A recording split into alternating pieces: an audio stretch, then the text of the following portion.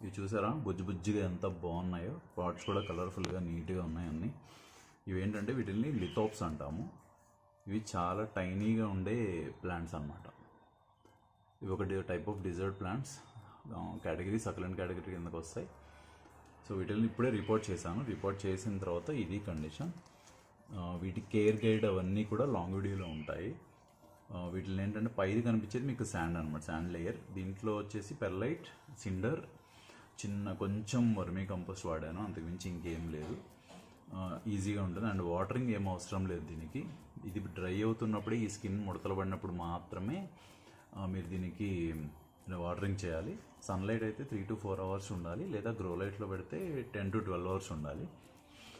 అంతకుమించి వీటి కేర్ అయితే ఏం అవసరం లేదు. బట్ ఎక్కువ వాటర్ మాత్రం అస్సలు పోయకూడదు. అలాగే కంపోస్ట్ కానీ ఫెర్టిలైజర్స్ కూడా ఏమి ఇవ్వకూడదు, చాలా లిమిటెడ్గా ఇవ్వాలి. దీంట్లో మొత్తానికి నేను ఒక గుప్పెడు మాత్రమే వర్మీ కంపోస్ట్ వేశాను.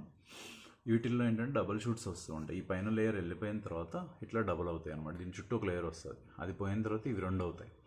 అట్లా ప్రతిదానికి కూడా 2 అవుతాయి. ఇది చూసారంటే ఇది కూడా 2 అనమాట.